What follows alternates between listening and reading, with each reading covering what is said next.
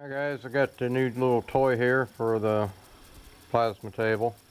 It's a wireless pendant. Um, got it on eBay. It was like $112 shipped. It's a WHB04B6. This is a 6-axis. This is much like well, it is the same brand or type that this old Tony got for his CNC router. Only he got a 3 or 4 axis, I can't remember. But this has all the little things that he complained about in that video, like being able to, instead of pushing buttons to change to your axis, this has off, X, Y, Z, A, and B, and C. But on my plasma table, I only need an X, Y, Z. Until I get a, what do you want to call it, the 4th axis or whatever for the, I'm going to get a pipe, it's like a notch pipes. And it also has, there's 1,000 videos on YouTube and they're all half dumb as shit, so you can't understand half of them. They're all in a different language, or the people just, they're playing a bunch of crappy music and they're just running it back and forth showing you that the damn thing works. Alright, I'm going to show you what you have to do to make it work. There's other ones out there that they say are plug and play, but they're also over $200. So, I mean, I haven't got into the macros or anything yet.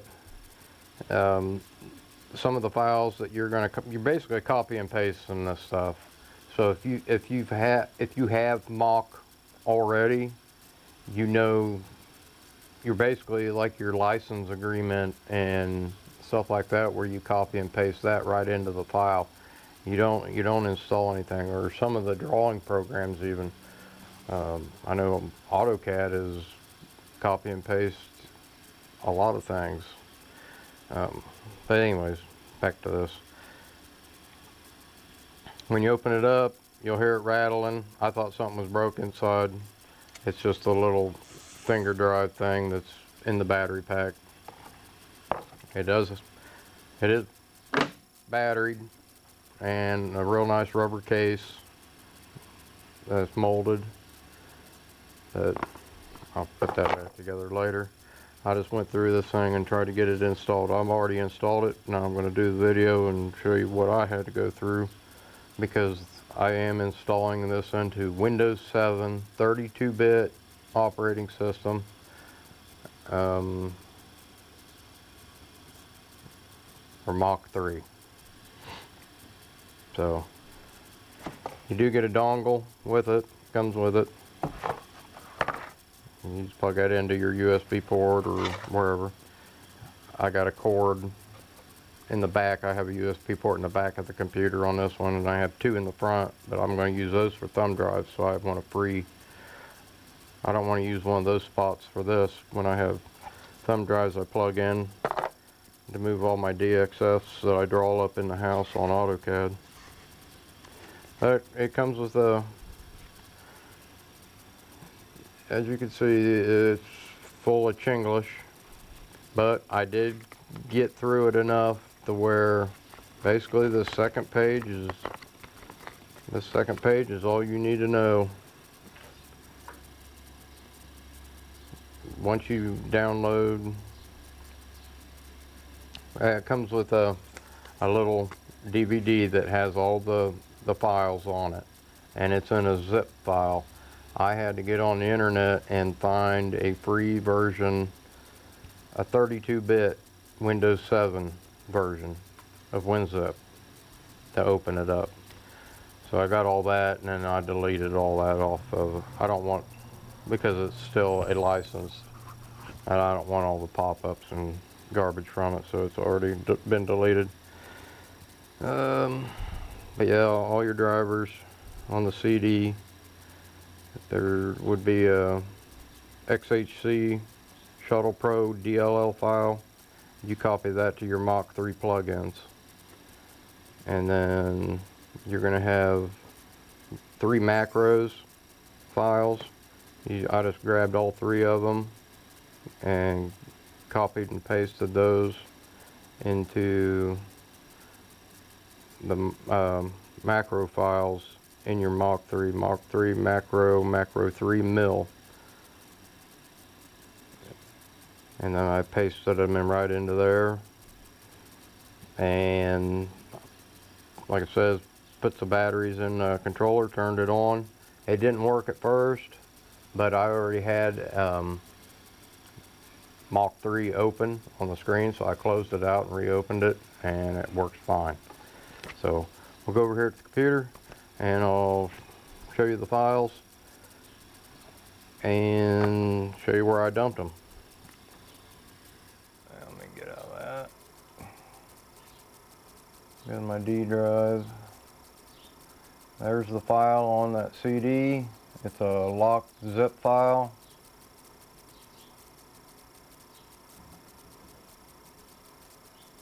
So what I did, I drug this file over to my desktop and dropped it right here. And then I downloaded this WinZip 24032. I guess that's for the 32-bit, and that's a version number 240, which would be the latest version. Installed that, got the zip file, or the icon here for it, opened that up, and then I went ahead and opened up the file that I drug off of because it wouldn't work on the CD because it always wanted to open it up to the CD. Maybe I just wasn't doing something right, but I just said screw it. I drug it off there onto the desktop, clicked on it from there, and then opened the file onto my desktop. And here it is. And then right here's the drivers, which would be the macros. There's some release notes and readmes. There's another video where a guy shows all that. I mean, you can read all that stuff. But I opened up the macro files. There's also a readme in that. You don't want that. You just grab all 3 of them and copy. And then you go to your Mach 3 folder, and then right here at the macros, you open that up, and then there's going to be Mach 3 mil, and they should be right here at the bottom.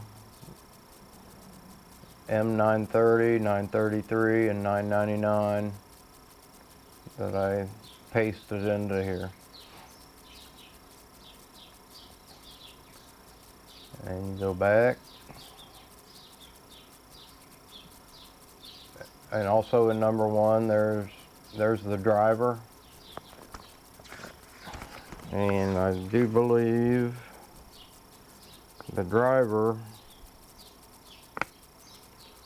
for the Shuttle Pro, you just copied it,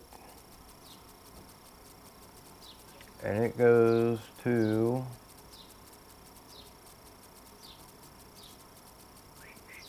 right here in the plugins.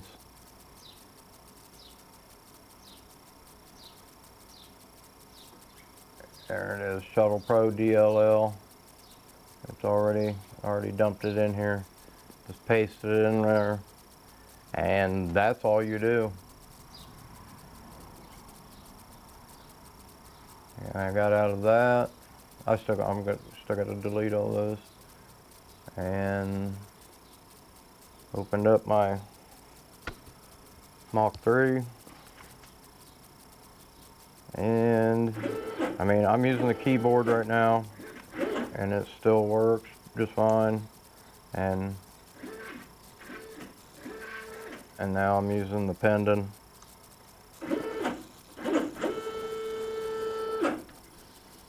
Let me get you moved around here.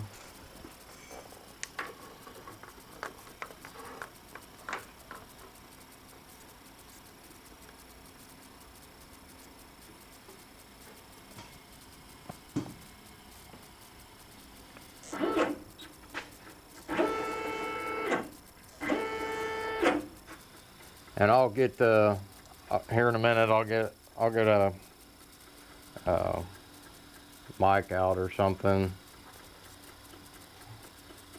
and then I'll show you that these things do move. Like 2%, which is 1/1000th per click. I could see you needing that maybe like on if you're trying to set up on a router or something like that. But I'll get a dial indicator or something set up here in a minute, and we'll see how much this thing actually moves on one click when it's, because it's 0.001. Next one's 5%, which will be 10/1000th per click, and be 10% on the next one, which will be 100,000ths. And then you got 30%, which would be an inch.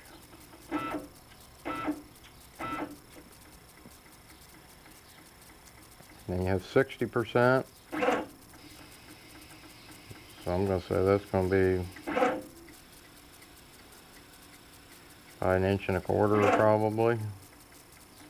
Go from an inch to on 30% to 60%. So you're doubling it. That ain't going 2 inches. No way. But then you can also continuous it. You can go 100%. As long as you're turning and it's moving. I saw one guy had problems with. I think it just wasn't. It was. I think he had a homemade machine, and it probably wasn't talking to the steppers right, you know, because he was having all kinds of problems with it. But here's my Z. That's my torch head.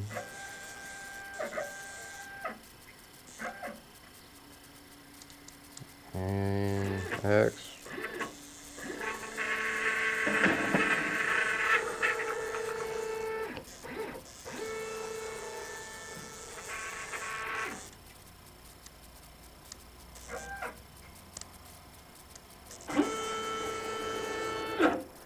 All right, I'll bring it back. I'm gonna get the dial indicator set up to see how much this actually does move.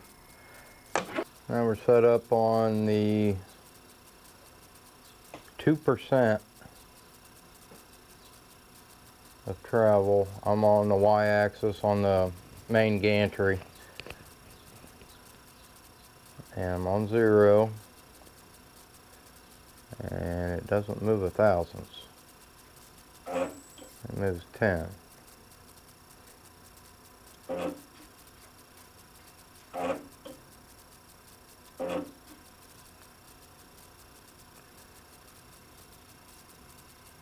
And then up on 5%, which would read 0.01, which would be with 10/1000ths.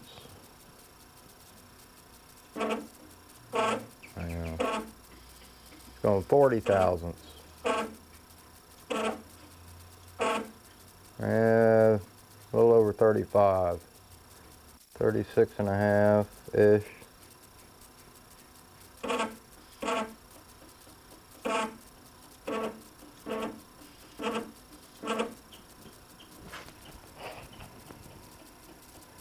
And sometimes it doesn't even go back to 0, but that's not that critical for me.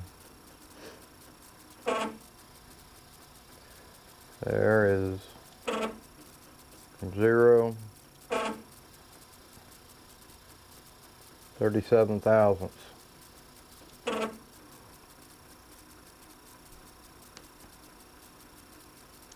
And now I'm on the 10%, which is 0.1.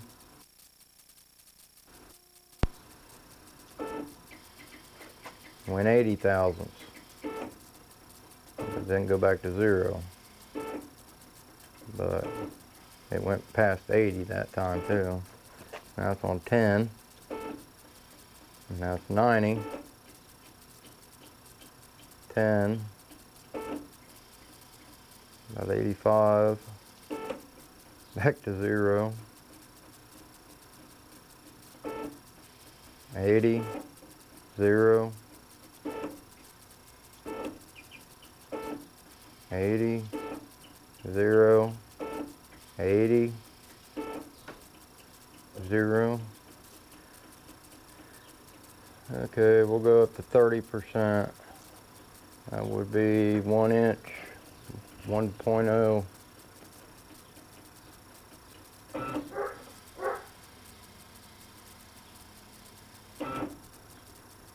I can't see how many times that just went.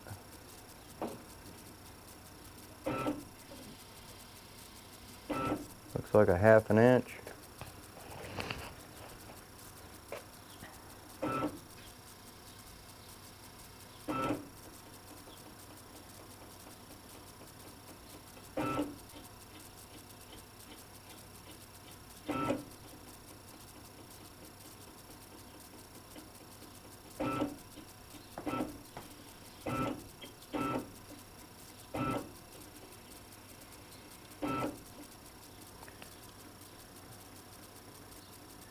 We'll go up to 60%.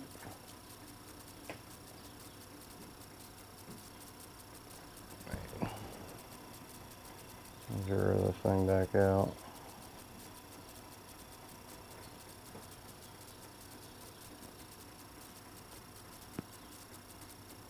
Yeah, I went the wrong way.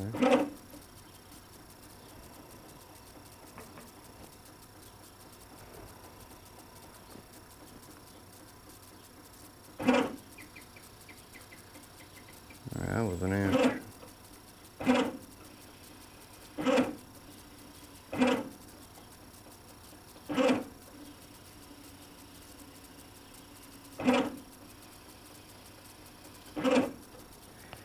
But that's kind of an idea. I mean, the one video I did see a guy do this with an indicator, and it actually was was moving. It was moving a thousandth.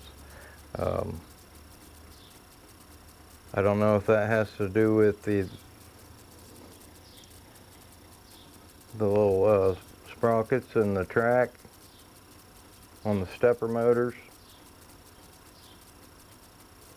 being different. That's the only thing I can think of, mine being different from his. He probably has a finer tooth, more teeth per inch. So he probably did get, you know, if I'm going 10 thousandths and he's going 1, I mean, he probably has a couple more teeth per inch on the track. Okay, I'm on the x-axis travel, and I'm on the 2%.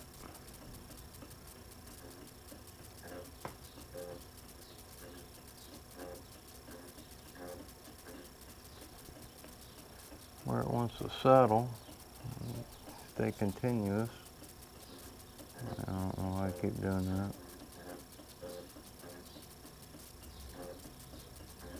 Okay. That looks like that's going almost 12 thousandths.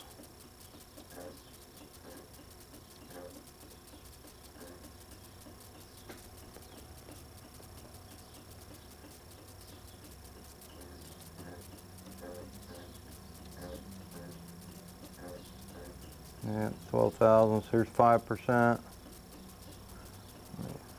Zero that sector out. Woo, 35 thousandths.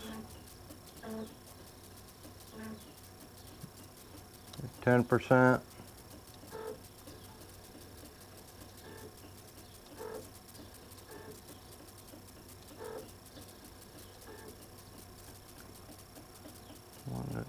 move all over the place. Ain't none precision about this thing. See, I ought to try to bump my mouse key to see what I can get. But that's a 75 thousandths at 10%. Here's 30%.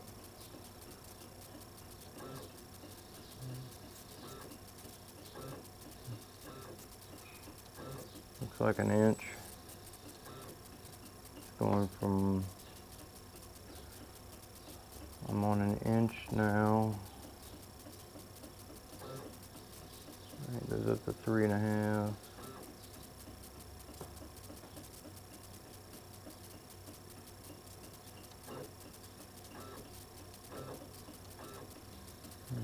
Okay, there's 60%.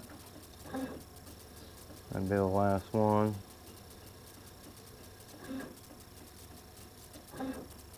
That's moving an inch.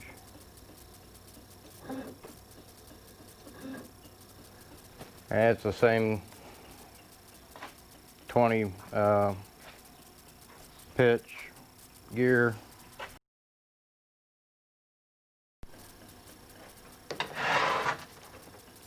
Well, I don't have really any way of setting that up to do that. All my other small indicators I'm not going to put on there and break, because they're all, I got half thousandths and tenths indicators that we're going to put on there, and that wouldn't be, that'd be pointless putting those on.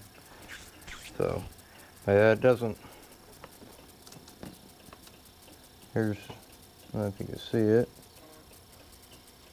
But that's probably moving a thousandths. I mean, can't say for sure. But that's on 1%, and that's, you can't even, I can't hardly see that thing. Hang on, I'm cranking on it, and it's coming down right now. So, and there's 5%.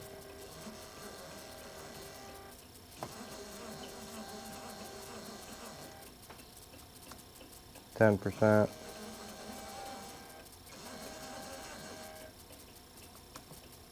30%,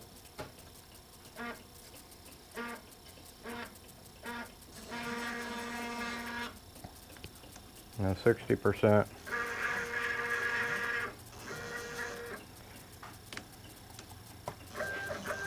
And put on 100.